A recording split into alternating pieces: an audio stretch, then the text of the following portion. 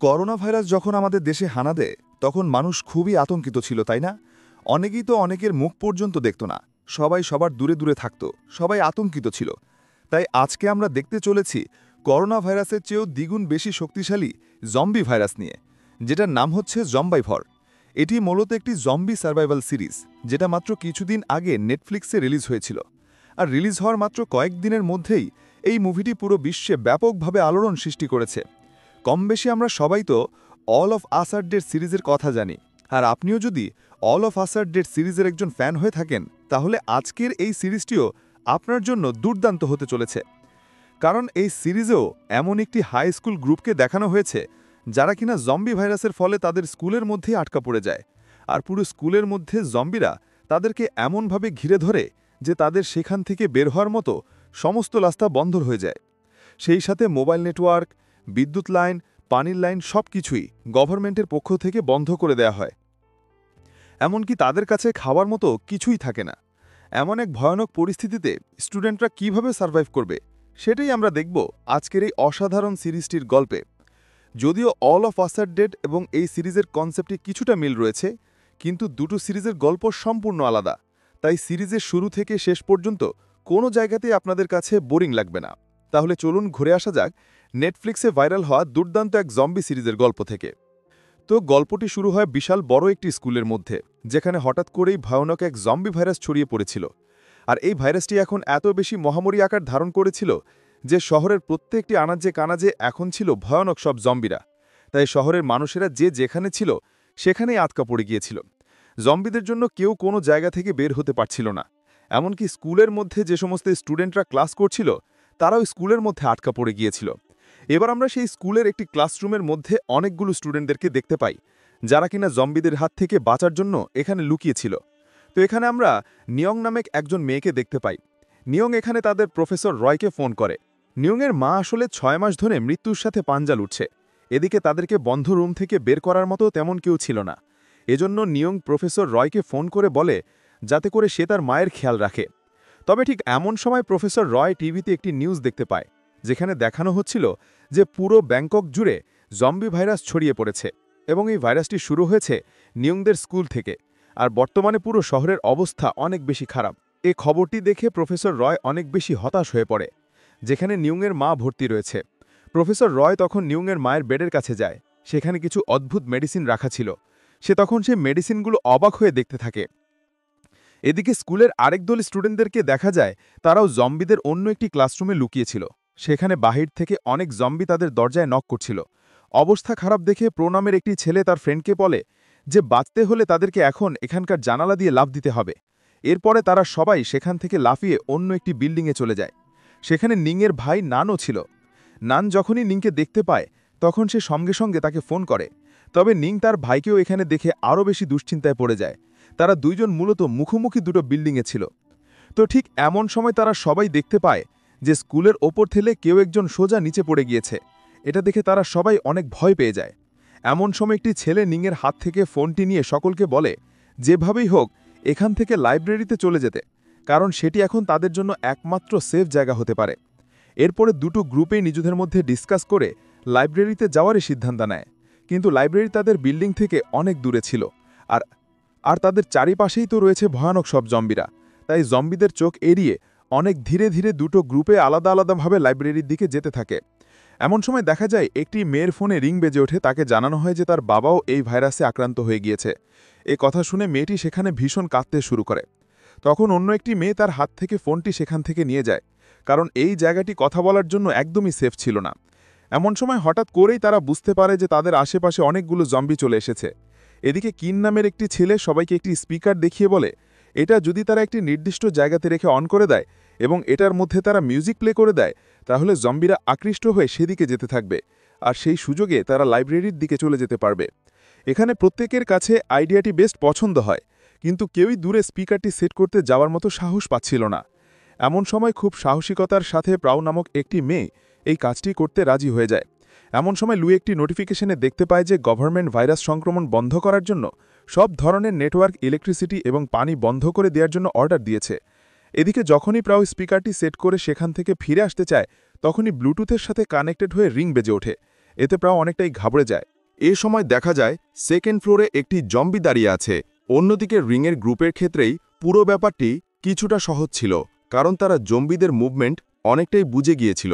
তারা বুঝতে পেরেছিল যে জম্বিরা সাউন্ড এবং লাইটের ব্যাপারে খুবই সেন্সিটিভ, আর তারা আলোতে থাকতেই বেশি পছন্দ করে। এজন্য লিংয়ের গ্রুপ খুবই সতর্কতার সাথে অন্ধকারে জম্বিদের চোখ এড়িয়ে হেঁটে যাচ্ছিল। কিন্তু সেখানে লিন নামের একটি মেয়ের পা মচকে যাওয়ায় সে হঠাৎ করে চিৎকার করে ওঠে। তার চিৎকার শুনে জম্বিরা তাদের উপস্থিতি টের পেয়ে যায়। তখন গ্রুপের সকলে সেখানে দাঁড়িয়ে পড়ে। অন্যদিকে দেখা যায় প্রায় কোনোভাবে সেই জম্বির চোখ এড়িয়ে তার টিমমেটের কাছে চলে আসে। এ সময় স্পিকারে এতটাই জোরে সাউন্ড হতে শুরু করে যে সেটি একদম ব্লাস্ট হয়ে যায়। এই সাউন্ড শুনতে পেয়ে সেখানে থাকা সমস্ত জম্বিরা তাড়াতাড়ি দৌড়ে সেদিকে চলে যায়। আর বিষয়টি দুটো গ্রুপের জন্যই বেশ সুবিধাজনক হয়ে ওঠে। দুটো গ্রুপেই তখন আলাদা আলাদাভাবে লাইব্রেরির দিকে দৌড়াতে থাকে, কিন্তু লিন কোনোভাবেই দৌড়াতে পারছিল না। এজন্য তার ফ্রেন্ডটাকে কাঁধে তুলে নিয়ে যাওয়ার সিদ্ধান্ত নেয়। ঠিক তখনই সে দেখতে পায় যে উপর থেকে ব্লাড পড়ছে। এরপর উপরে তাকাতেই দেখা যায় যে সেখানে একটি জম্বি ঝুলে আছে। এটা দেখে লিনের বন্ধু ডেভিড তখন তাড়াতাড়ি করে তাকে কাঁধে তুলে নিয়ে সেখান থেকে দৌড়াতে শুরু করে, কিন্তু দুর্ভাগ্যবশত জম্বিটি তাদেরকে ধরে ফেলে এবং লিনের কাঁধে খুব জোরে একটি কামড় দেয়। ডেভিড তখন তাকে বাঁচানোর জন্য অনেক চেষ্টা করে, কিন্তু তার গ্রুপের অন্যরা এসে তাকে সেখান থেকে কোনোমতে সরিয়ে নিয়ে যায়। এরপর সেই জম্বিটি খুবই নির্মমভাবে লিনের উপর আক্রমণ করতে থাকে এবং অন্য সব জম্বিরাও সেদিকে দৌড়ে যেতে থাকে। এদিকে ডেভিডকে নিয়ে তার গ্রুপ দৌড়ে লাইব্রেরিতে চলে যায় এবং ফাইনালি দুটো গ্রুপ এক হয়ে যায়। এদিকে নিং এবং তার ভাই নানান একে অপরকে দেখে অনেক ইমোশনাল হয়ে যায়, আর তারা দুজনই দুজনকে হারিয়ে ফেলার ভয় পাচ্ছিল। এরপর তারা সবাই মিলে এখানে আর দেরি না করে লাইব্রেরিতে থাকা জিনিসপত্র দিয়ে একটি গেট তৈরি করে ফেলে, যেন জম্বিরা সেখানে কোনোভাবেই প্রবেশ করতে না পারে। এমন সময় ফোন নামের একটি মেয়ে দেখতে পায় যে তার ফোনে একদমই নেটওয়ার্ক পাচ্ছিল না। এমন সময় লিফুকে জানায় যে গভর্নমেন্টের পক্ষ থেকে ইলেকট্রিসিটি, মোবাইল নেটওয়ার্ক, এমনকি পানির লাইন পর্যন্ত বন্ধ করে দেওয়ার ঘোষণা দেওয়া হয়েছে। হয়তো সে কারণেই মোবাইলে নেটওয়ার্ক পাচ্ছে না। এসব নিয়ে তারা সবাই অনেক দুশ্চিন্তায় পড়ে যায়। এমন সময় সিমিন নামের একজন মেয়ে সকলকে বলে যে এই জায়গা থেকে যেভাবেই হোক তাদেরকে দ্রুত বের হতে হবে। এখানে দেরি না করে এখনই তাদের বের হওয়া উচিত। কিন্তু অন্য কেউ এতে রাজি হয় না, কারণ বাহিরের পরিস্থিতি এর চাইতেও অনেক বেশি ভয়ঙ্কর। এমন সময় একটি ছেলে রেডিওতে শুনতে পায় যে রাত ৮টার মধ্যে তাদের স্কুলের ইলেকট্রিসিটি বন্ধ করে দেওয়া হবে এবং মিলিটারিরা হেলিকপ্টার দিয়ে সার্ভাইভার্সদেরকে রেস্কিউ করবে। তারা এখানে আরও জানতে পারে যে তাদের এই হাই স্কুলেই মূলত জম্বি ভাইরাসের মেন উৎস। এসব কিছু জানতে পেরে তাদের মধ্যে একজন বলে যে এখান থেকে বের হওয়ার জন্য তাদেরকে একটি অ্যানাউন্সমেন্ট করতে হবে, যাতে করে বাইরে যদি কোনো রেস্কিউ টিম থাকে তারা তাদের আওয়াজ শুনতে পেয়ে তাদেরকে সাহায্য করতে এখানে আসে। কিন্তু আবার বেশ কয়েকজন এতে রাজি হয় না, কারণ তাদের ডাউট হচ্ছিল যে যদি অ্যানাউন্সমেন্টের আওয়াজ শুনে জম্বিরা তাদের দিকে অ্যাটাক করতে আসে। তাই এই বিষয়টি নিয়ে তাদের মধ্যে ঝগড়া শুরু হয়ে যায়। এমন সময় নিং কারো পরোয়া না করেই সোজা ব্রডকাস্ট রুমে চলে যায় এবং সেখানে গিয়ে তাদের আটকে থাকার বিষয়টি অ্যানাউন্সমেন্ট করে ফেলে। এমনকি সে সকলকে উদ্দেশ্য করে বলে, যদি স্কুলের আনাচে কানাচে কোথাও কোনো সার্ভাইভার্স থেকে থাকো তাহলে যেভাবেই হোক তোমরা লাইব্রেরিতে জড়ো হও, কারণ এটাই এখন সবার জন্য সবচেয়ে সুরক্ষিত জায়গা। নিংয়ের ভয়েস স্কুলের প্রত্যেকটি কর্নারে শুনতে পাওয়া যায়। তার পাশে দাঁড়িয়ে সান নামের একটি ছেলে অনেকবার তাকে থামানোর চেষ্টা করে, কিন্তু সে তার কোনো কথাই শুনছিল না। এমন সময় হঠাৎ করেই সমস্ত ইলেকট্রিসিটি বন্ধ হয়ে যায়। জম্বিরা পাগলের মতো ছুটাছুটি করে লাইট খুঁজতে থাকে, কারণ এরা ছিল এমন এক ধরনের জম্বি যারা কিনা অন্ধকারে ভালোভাবে সার্ভাইভ করতে পারে না। এমন সময় আমরা নাতাশা নামক একটি মেয়েকে দেখতে পাই, যার রক্তাক্ত দেহ মাঠের মধ্যে পড়ে আছে। তবে হঠাৎ করে সে তার চোখ খুলে ফেলে। তার চোখ দুটো খুব ভয়ঙ্কর রকমের সাদা হয়ে গিয়েছিল। এরপর সেও এখন একটি জম্বিতে পরিণত হয়ে গিয়েছিল। এরপর সেও তখন অন্য জম্বিদের সঙ্গে হাঁটতে শুরু করে। এদিকে লাইব্রেরিতে ফা নামের একটি মেয়ে তার বাবাকে বারবার ফোন দিচ্ছিল, কিন্তু নেটওয়ার্কের সমস্যার কারণে সে কোনোভাবেই তার বাবার সাথে যোগাযোগ করতে পারছিল না। এজন্য সে অনেক বেশি দুশ্চিন্তায় পড়ে যায়। তখন তার ফ্রেন্ড লি তাকে সান্ত্বনা দেওয়ার জন্য আসে, কিন্তু ফা আসলে এত বেশি দুশ্চিন্তায় ছিল যে সেখানে খুবই উত্তেজিত হয়ে যায়, যার ফলে তার বন্ধুদের সঙ্গে এক পর্যায়ে তার ঝামেলা শুরু হয়ে যায়। এমন সময় সান পরিস্থিতির সামনে নিয়ে ফাকে বুঝিয়ে সবাইকে শান্ত করে। সে বলে যে এখন ঝগড়া করার সময় নয়, তাদের সবাইকে শান্ত থাকতে হবে এবং একসাথেই জায়গা থেকে বের হতে হবে। এবার ঠিক এমন সময় নান তাদের কাছে এসে সবাইকে উইন্ডো কর্নারে যাওয়ার জন্য ইশারা করে। সেখানে গিয়ে তারা ক্যামেরায় দেখতে পায় যে সব জম্বির একসাথে সিরিয়াল ধরে শান্তভাবে কোনো এক জায়গার দিকে যাচ্ছে। তাদের মধ্যে কোনো হিংস্রতার লক্ষণ ছিল না। বিষয়টি তাদের কাছে কিছুটা অদ্ভুত মনে হয়, কারণ এতদিন তারা যে সমস্ত জম্বিদের কথা জেনে এসেছে সেগুলোর সাথে তারা এই সমস্ত জম্বিদের কোনো মিলই খুঁজে পাচ্ছিল না। এখন সবাই যখন এসব নিয়ে কথা বলছিল, নিং তখন তাদেরকে বলে এই বিষয়ে কথা বলার মতো সময় এখন নয়। আমাদের উচিত কাল সকাল পর্যন্ত শান্তভাবে হেলিকপ্টার আসার অপেক্ষা করা। সবাই তখন নিংয়ের কথায় সম্মতি জানায়। এরপর সবাই মিলে সেখানে বিশ্রাম নিতে শুরু করে, কারণ সারাদিন তাদের উপর অনেক ধকল গিয়েছে। এবার ভোর হলে সান সবাইকে ডেকে তোলে এবং তাদেরকে বলে যে তারা যেন রুফটপে গিয়ে হেলিকপ্টারে ওঠার জন্য সব ধরনের জিনিসপত্র ম্যানেজ করে নিয়ে আসে। আর তার কথা মতো সবাই সেগুলো ম্যানেজ করতে গেলে সে ডাইন নামের একটি ছেলেকে বলে, নিংকে এত বেশি ভরসা করো না, যতটুকু সম্ভব ওর কাছ থেকে দূরে থাকো। কিন্তু ডাইন তখন তাকে বলে, এখন কি এই সমস্ত কথা বলার সময় আছে? আমাদের সবাইকে যেভাবেই হোক এখান থেকে সুরক্ষিতভাবে বের হতে হবে। আর তুমি হঠাৎ করে নিংয়ের ব্যাপারে এমন কথা কেন বলছো? সান তখন তাকে বলে, আসলে এমন কিছু ব্যাপার আছে যেটা সম্পর্কে তুমি জানো না। এরপর সে ডাইনকে জানায় যে সে আসলে প্রফেসর রয়ের সাথে নিংয়ের মায়ের বডির উপর একটি রিসার্চ করছিল। আর নিংয়ের মায়ের যে রোগটি হয়েছে সেই রোগের উপর রিসার্চ করে তারা সেই রোগের সমস্ত কিছু দেখতে পেয়েছিল। আর নিংয়ের মায়ের রোগের সেই ফর্মুলাটি জম্বি ভাইরাসের ফর্মুলার সাথে একদম সিমিলার। তাই হতে পারে জম্বি ভাইরাসের উৎপত্তি সেখান থেকেই হয়েছে। আর নিংয়ের শরীরে এই ভাইরাস থাকতে পারে, এজন্যই মূলত সান তাকে নিংয়ের কাছ থেকে দূরে থাকতে বলেছিল। এদিকে দেখা যায় প্রাং বাকি সবাই মিলে হেলিকপ্টারে ওঠার জন্য অনেক ধরনের প্রয়োজনীয় জিনিসপত্র খুঁজে পেয়েছে। ঠিক এমন সময় নান দেখতে পায় যে একটি জম্বি জানালার বাহিরে দাঁড়িয়ে আছে। এদিকে বাঘেরও দেখতে পায় অনেকগুলো জম্বি লাইব্রেরি পর্যন্ত পৌঁছে গিয়েছে। এমনকি জম্বিদের কাছে আইডি কার্ড পর্যন্ত ছিল, কারণ এরা সবাই ছিল স্কুলের স্টুডেন্ট। এটা দেখে সকলেই আরও অনেক বেশি চিন্তিত হয়ে যায়, কারণ ইলেকট্রিক গেটেই আইডি কার্ড শো করেই তারা ইজিলি সেখানে প্রবেশ করতে পারবে। এমন সময় দেখা যাইলে লায়া নামের একজন মেয়ে জানালা দিয়ে লাফিয়ে নামার চেষ্টা করছিল, কিন্তু ঠিক তখনই ফায়ার ফোনে অ্যালার্ম রিং বেজে ওঠে এবং সব জম্বিদের ফোকাস সেই লাইব্রেরির দিকে চলে যায়। লায়া যখন জানালা দিয়ে নামছিল তখন সে দেখতে পায় ঠিক তার পেছনে একটি জম্বি খুব ভয়ঙ্করভাবে তার দিকে তাকিয়ে আছে। এদিকে ফায়ার ফোনের মধ্যে অ্যালার্ম রিং বেজেই চলছিল, কিন্তু ফা চাইলেও ফোনটি ফেলে দিতে পারছিল না, কারণ সে জানে যে এই সময় ফোন কতটা গুরুত্বপূর্ণ ছিল। যদি পরবর্তীতে তাদেরকে কেউ রেস্কিউ করতে না আসে আর কোনো মতে ফোনটির মাধ্যমে নেটওয়ার্ক পাওয়া যায়, তাহলে তারা এই জায়গা থেকে বেঁচে ফিরতে পারবে।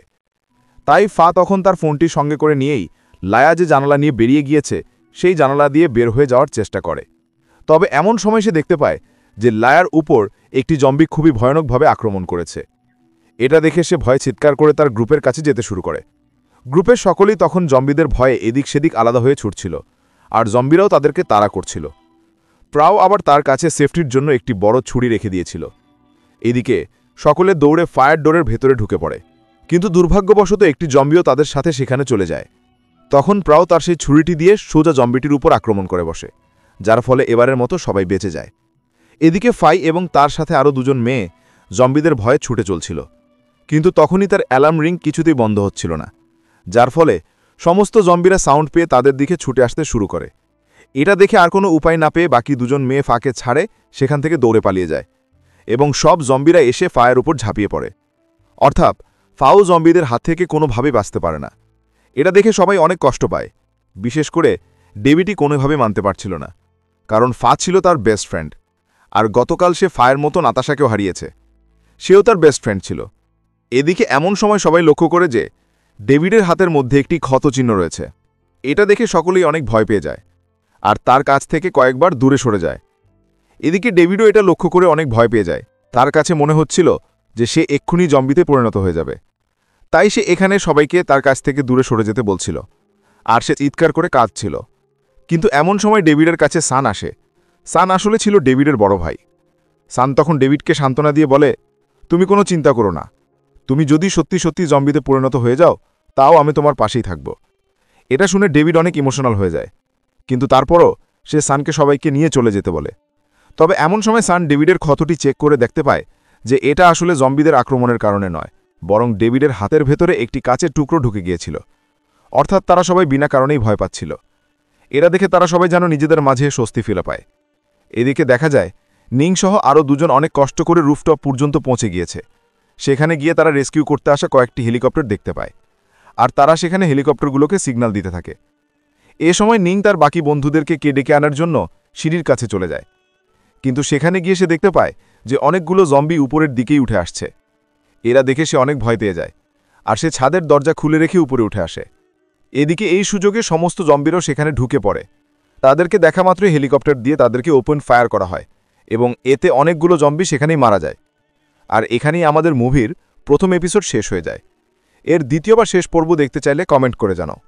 তোমরা যারা শুধুমাত্র সার্ভাইভাল এবং ফ্যান্টাসি মুভি দেখতে পছন্দ করো তাহলে চ্যানেলটি সাবস্ক্রাইব করে রাখতে পারো। এখানে শুধু এই ধরনের মুভি এক্সপ্লেন করা হবে। তাহলে আজকের মতো চলে যাই, আবার দেখা হবে পরের ভিডিওতে। ততক্ষণ পর্যন্ত ভালো থাকুন। আল্লাহ হাফেজ, আসসালামু আলাইকুম।